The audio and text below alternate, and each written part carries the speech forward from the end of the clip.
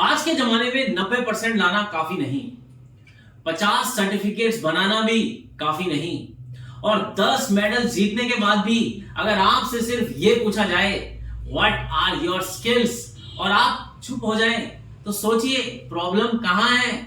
नमस्कार दोस्तों, स्वागत है आपका विद्यालय टीवी के इस खास पॉडकास्ट में, जहां हम बात करेंगे असली मुद्दों की। मैं हूं आपका होस्ट पवन, और आज का एपिसोड एक आईना है हर स्टूडेंट के लिए जो सिर्फ मार्क्स के पीछे भाग रहा है लेकिन स्किल के रास्ते को भूल गया है। न्यूज आई है दिल्ली यूनिवर्सिटी के टॉपर की, जिसके पास थे 50 से ज्यादा सर्टिफिकेट्स, 10 मेडल्स, और फिर भी उसे एक सिंपल इंटरव्यू में रिजेक्ट कर दिया गया। क्यों? क्योंकि जब पूछा गया रियल एक्सपीरियंस क्या है, तो जवाब में खामोशी थी।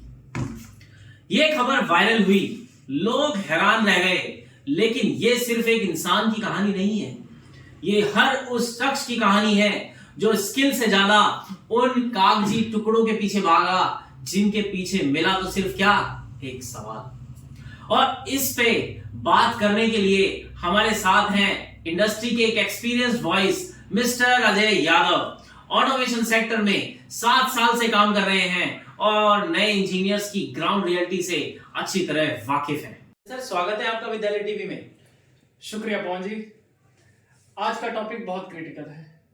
इस न्यूज में जितना दुख छुपा है उतनी ही जरूरत भी है कुछ बदलने की। सर, सबसे पहले आपसे ये पूछना चाहूंगा, आपके पॉइंट ऑफ व्यू से ये न्यूज लाइमलाइट में क्यों आई? लोगों को इतना झटका क्यों लगा? लोगों को इसलिए शॉक लगा क्योंकि हम सब सर्टिफिकेट को एक सक्सेस इंडिकेटर मानते हैं, लेकिन जब वही इंडिकेटर किसी रियल वर्ल्ड प्रॉब्लम के सामने फेल हो जाते हैं, तब सोसाइटी रियलाइज करती है कि कहीं ना कहीं हमने गलत चीजों को प्रायोरिटी दी है। इंडस्ट्री को चाहिए काम करने वाले लोग, और स्टूडेंट लाते हैं बस थियोरेटिकल ज्ञान।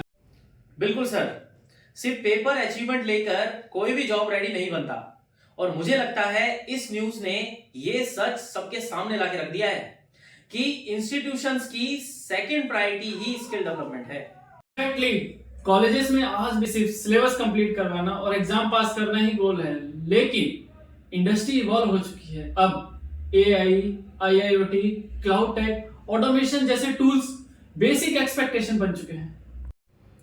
और मुझे लगता है स्टूडेंट्स को भी अपना परसेप्शन बदलने की जरूरत है। सर्टिफिकेट्स बनाना, लिंक्डइन पे पोस्ट करना वो काफी नहीं है। मुझे लगता है real learnings come from doing. बहुत सही कहा पवन जी।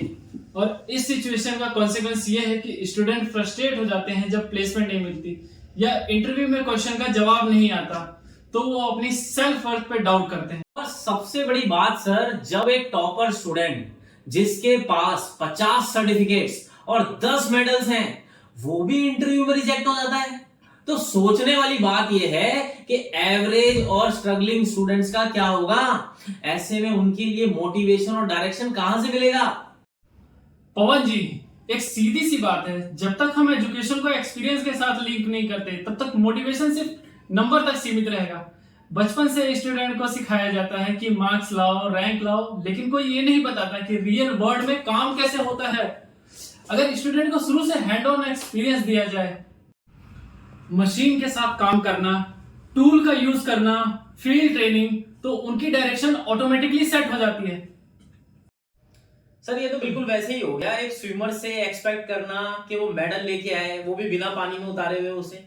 तो सर, आप एक एजुकेशन इंस्टीट्यूशन से क्या कहना चाहेंगे जो वही पुरानी टेक्नोलॉजी पे काम कर रहे हैं, उसी तरह से पुराने तरीके से पढ़ा रहे हैं? मैं सीधा कहना चाहूंगा, अब टाइम आ गया है सिलेबस के साथ माइंडसेट भी अपग्रेड करने का।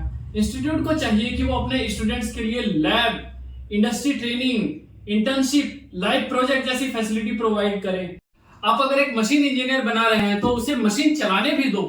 क्लासरूम और इंडस्ट्री के बीच का गैप तभी खत्म होगा जब आप रियल वर्ल्ड एक्सपीरियंस क्रिएट करोगे।